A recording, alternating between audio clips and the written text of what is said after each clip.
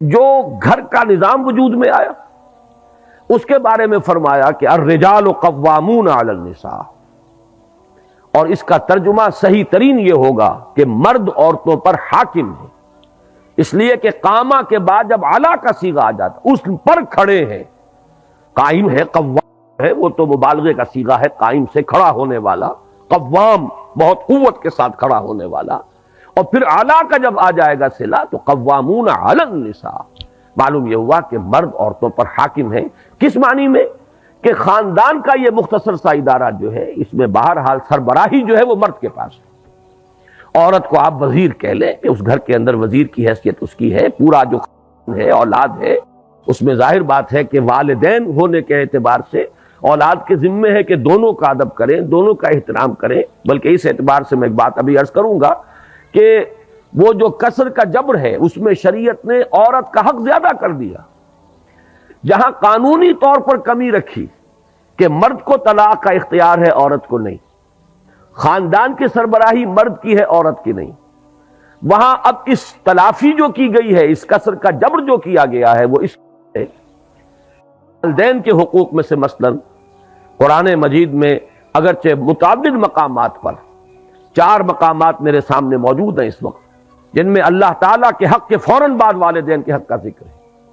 وَقَضَىٰ رَبُّكَ أَلَّا تَعْبُدُوا إِلَّا إِيَّاهُ وَبِالْوَالِدَيْنِ إِحْسَانًا، لیکن 2 مقامات ایسے ہیں کہ جن میں طور پر ماؤں کا ذکر کیا گیا ہے، حَمَلَتْهُ أُمُّهُ وَهْنًا عَلَىٰ وَهْنٍ وَفِصَالُهُ فِي عَامَيْنِ أَنِ اشْكُرْ لِي وَلِوَالِدَيْكَ، اور اسی کی وضاحت ہمیں مل گئی حدیث نبوی میں کہ حضور سے ایک صحابی نے پوچھا کہ میرے حسن سلوک کا سب سے بڑھ کر مستحق کون ہے؟ آپ نے فرمایا تمہاری والدہ، کے بعد کون؟ پھر فرمایا تمہاری والدہ، تیسری مرتبہ پوچھا پھر کون؟ پھر فرمایا تمہاری والدہ، چوتھی مرتبہ پوچھنے پر فرمایا کہ تمہارے والد۔ معلوم یہ ہوا کہ 3 گنا حق ہے ماں کا باپ کے مقابلے میں، ادب، احترام اور اس دلجوئی، اس کے اعتبار سے گویا کہ یہ وہ کسر کا جب ہو رہا ہے کہ قانونی اعتبار سے اگر وہاں کوئی کمی تھی تو اس اعتبار سے اس کی تلافی کر دی۔ یہی وجہ ہے کہ آپ دیکھتے ہیں کہ حدیث نبوی میں علی صاحب الصلاۃ والسلام باپ کے قدموں تلے جنت کا تذکرہ نہیں ہے، الجنت تحت اقدام الامہات، جنت جو ہے وہ ماؤں کے قدموں تلے ہے،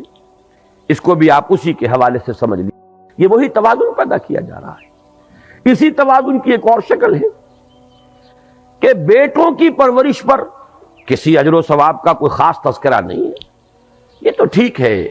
ایک انسان اپنی اولاد کو یہ سمجھتا ہے کہ اللہ کی عطا ہے، اللہ کی دی ہوئی چیز ہے، اور اس کا جو بھی حق مجھے ہے اس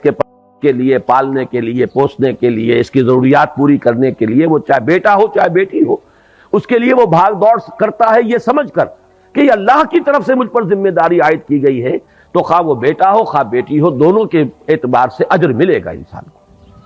ویسے یہ کہ طبعی محبت کے تحت تو جانور بھی اپنے اولاد کی پرورش کرتے ہیں اور خبرگیری کچھ کرتے ہیں، انسان میں وہ اللہ تعالیٰ نے بہت ہی زیادہ مادہ رکھ دیا ہے، لیکن یہ ہے کہ اس میں اگر انسان یہ سمجھ کر رہا ہو کہ یہ در حقیقت اللہ کی عائد شدہ فرض ہے مجھ پر جو میں ادا کر رہا ہوں، یہ اللہ کی امانت ہے میرے پاس۔ یہی وجہ ہے کہ جو اولاد بچپن میں فوت ہو جاتی ہے اس کی نماز جو آپ پڑھتے ہیں، دعائے جنازہ جو اس میں مانگتے ہیں، اس میں کیا ہے؟ اللہم اجعلہ لنا فرطن واجعلہ لنا اجرا وذخرا واجعلہ لنا شافعا مشفعا، پروردگار یہ بچہ تو نے مجھے دیا تھا، تیری امانت تھی، میں نے جو محنت کی ہے، پالا پوسا، ہم نے جو بھی اس پر مشقت جھیلی ہے، پروردگار تو اس کو ہمارے لیے آخرت میں ذخیرہ بنا دے، اجر کا ذریعہ بنا دے۔ معلوم یہ ہوا کہ چونکہ تیری شے سمجھ کر ہم نے یہ کام کیا، اگر تبھی محبت کے تحت ہو تو پھر تو اجر آپ اس کے پر کلیم کر ہی نہیں سکتے، تو اس اعتبار سے تو لڑکے اور لڑکی میں کوئی فرق نہیں ہے۔ لیکن یہ کہ آگے چل کر ساری احادیث کے اندر لڑکیوں کے پالنے پوسنے کے بارے میں ہے، کہیں کہ جس نے 2 بچیوں کو بھی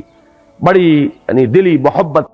پالا پوسا، پروان چڑھایا، تعدیب اور تعلیم دی، اور وہ ان کو وہ جوان ہوئیں،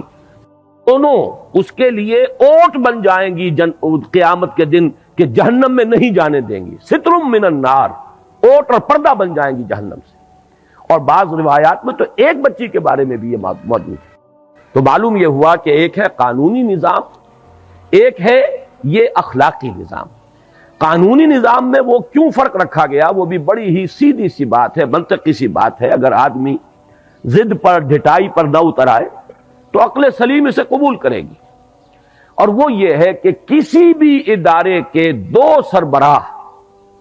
بالکل مساوی اختیارات والے نہیں ہو سکتے۔ اگر ہوں گے وہ ادارہ جو ہے اس میں فساد پیدا ہو جائے گا، بد انتظامی ہوگی، ہنگامہ ہوگا، نظم قائم رہ ہی نہیں سکتا کہ دو سربراہ ہو گئے۔ تو اسی لیے آپ مینیجنگ ڈائریکٹر کسی لمیٹڈ کمپنی میں ایک ہی پائیں گے، ڈائریکٹر 50 بنا لیجئے آپ۔ اسی طریقے سے محکمے ہیں تو ان میں ڈائریکٹر اوپر ایک ہوگا، deputy director, assistant director, joint director, جتنے چاہے بنا لیں۔